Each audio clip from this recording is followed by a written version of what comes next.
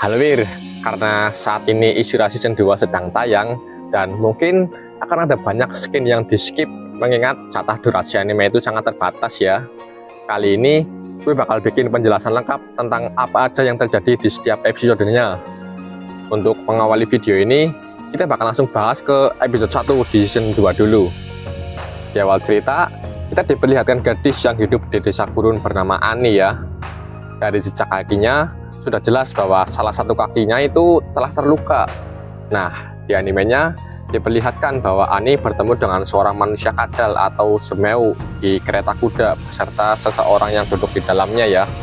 Lalu scan berganti ke desa Yamaga.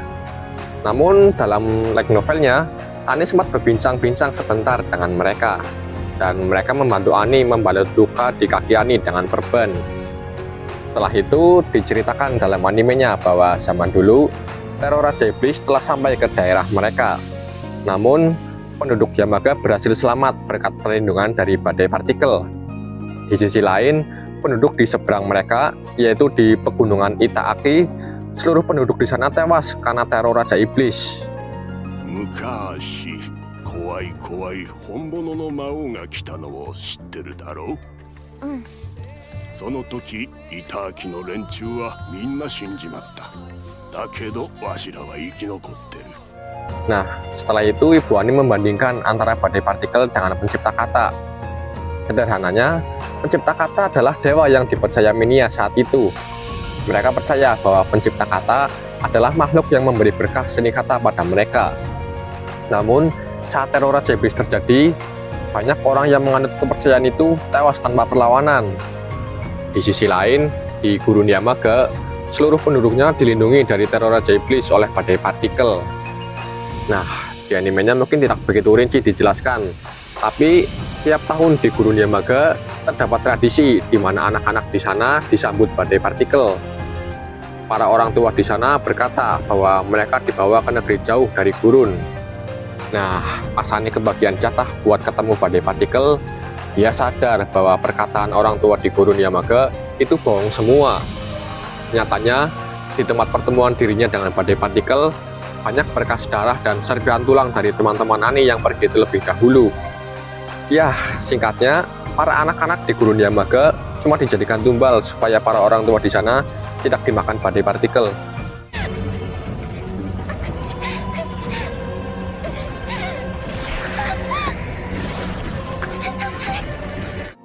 Ya, nggak beda jauh sama episode 1 di season 1.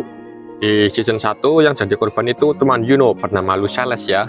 Nah, di season 2 ini yang jadi korban itu bocah polos kecil yang nggak tahu apa-apa. Lanjut ke bagian Mele. Nah, di animenya nggak disebutin, tapi di light novelnya disebutkan bahwa Mele ini raksasa yang tergolong lebih besar dari raksasa pada umumnya. Tinggi untuk raksasa normal di Ishura itu sekitar 10-20 meter. Sedangkan Mele memiliki tinggi antara 20-30 meter. Selain itu, ada beberapa cerita yang di skip di animenya. Contohnya aja, setelah Miroya membahas bahwa orang yang bisa menarik busur Mele akan menjadi orang yang terkuat di desa. Setelah itu, ada kisah di mana para penduduk desa juga mencoba mengangkat titik milik Mele. Dan untuk mengangkat titik milik Mele, rupanya diperlukan 6 orang dewasa untuk melakukan itu. Dan mereka berenam dianggap sebagai orang terkuat di desa. Selanjutnya di scan pas hujan badai, di animenya mungkin kurang jelas apa yang dilakukan Mele. Di sana, dia mengambil salah satu tiang yang tertancap di bukit. Yang tiang itu adalah anak panah yang dipersembahkan dari penduduk desa kepada Mele. Jadi tiap tahun di desa Shin River State, selalu ada badai yang bisa membuat desa itu hanyut. Nah, Mele ini bertugas menghalau banjir bandang dengan anak panah pemberian penduduk desa. Mele selalu diberi 2 anak panah setiap tahunnya. Satu anak panah cukup untuk menghalau banjir dan satunya lagi dikumpulkan sebagai trofi. Itu sebabnya di bukit itu terdapat banyak pilar besi yang tertancap. Jumlah pilar besi yang tertancap di sana sama dengan jumlah tahun dari awal Mele melindungi penduduk desa itu. Setelah itu, scan berganti ke flashback dari Mele. Terlihat bahwa ini adalah ingatan Mele yang sudah sangat lama ya. Hal ini diperjelas dengan penampilan Mele yang belum memiliki kumis dan juga brewok. Nah, meskipun terlihat nggak begitu penting, di mana Mele cuma menemani hari terakhir dari seorang gadis bernama Ellie, Nah, tapi Mele itu berjanji bahwa dia akan membawa bintang ke makam milik Ellie. Nah, itu sebabnya tiap malam Mele menembakkan anak panah kerajinannya ke arah langit.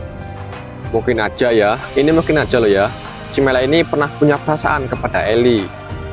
Di scan selanjutnya diperlihatkan Miroya dan bapaknya yang menyikat gigi pakai dahan pohon yang dikasih bulu.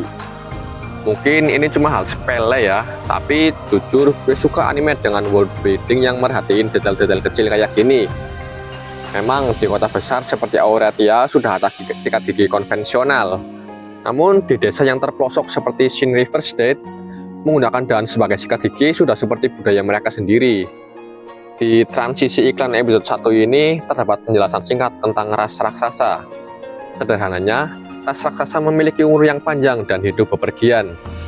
Tinggi normal raksasa ini sekitar 10 meter, namun ada juga beberapa raksasa yang tingginya bisa mencapai 30 meter.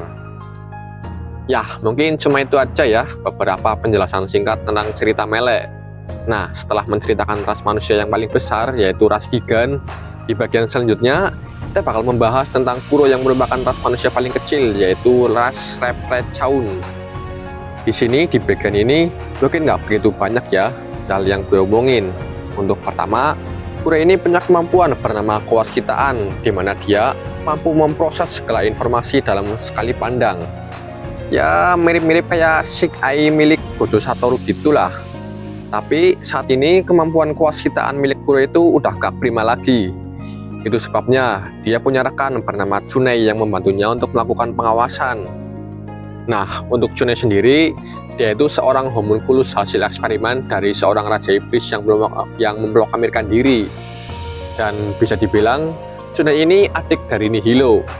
Nah, jika kalian lihat lagi, mereka berdua sama-sama memiliki satu mata yang tertutup rambut. Lalu saat bertemu dengan Elea yang merupakan badan intelijen Auratia, terlihat bahwa Kuro sedikit menggetarkan kakinya. Hal ini ia lakukan untuk memaksimalkan kewasitaannya yang sudah tumpul. Kuro mencoba mengirimkan gema yang ia ciptakan sendiri untuk memantau situasi yang berada di sekitar dirinya. Selain itu, terlihat di animenya bahwa kereta kuda milik Elea bisa dengan mudah lepas dari penjagaan di gerbang. Alasan kereta kuda milik Elea bisa dengan mudah keluar dari kota Togi adalah karena loyalis kerajaan lama belum sepenuhnya menguasai kota tersebut. Berbeda dengan kerajaan Lydia yang pasukannya sudah siap. Loyalis kerajaan lama ini masih ngumpulin kekuatan buat perang melawan Auratia. Ya, ntar mereka juga bisa keluar masuk kota Togi dan nutup jalan keluar masuk kota itu sih. Selain itu, di animenya, seluruh percakapan Kuro dan Elea saat di kereta tidak ditampilkan. Di light novelnya, Kuro menjelaskan tentang ancaman-ancaman yang harus diperhatikan oleh Auratia. Beberapa ancaman di antara lain adalah Jenderal Gilnes si kastil runtuh yang ikut bergabung dengan loyalis kerajaan lama. Dia dulunya adalah salah satu dari 29 staf pusat. Kemudian ada kota bebas Sokahu yang juga bisa menjadi ancaman bagi kerajaan Auratia.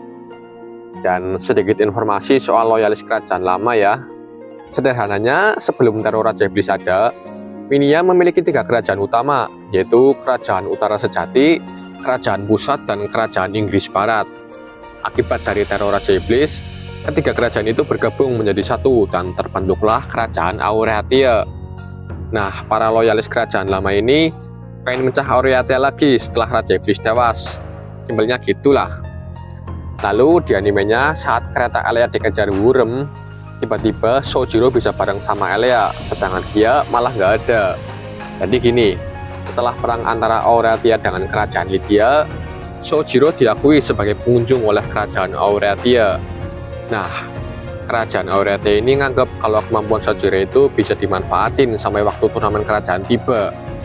Itu sebabnya Sojiro disuruh sana-sini oleh pejabat Auratia.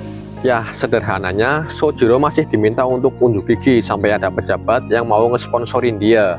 Di sisi lain, Elea lagi nyembunyiin Kia yang merupakan kartu truf dalam turnamen nanti. Itu sebabnya Kia jarang kelihatan. Ya, meskipun di season 2 Kia jarang kelihatan, tapi kita di sini punya maskot baru, yaitu Tsunei yang tingkahnya benar-benar imut. Ya, tugas Tsunei di anime ini emang cuma buat jadi fanservice doang sih ya. Oke paling itu aja ya beberapa penjelasan dari anime Shura kali ini. Jika kalian menyadari detail-detail yang lain, kalian bisa tulis aja di kolom komentar. Makasih buat yang udah nonton sampai akhir dan see you di next video.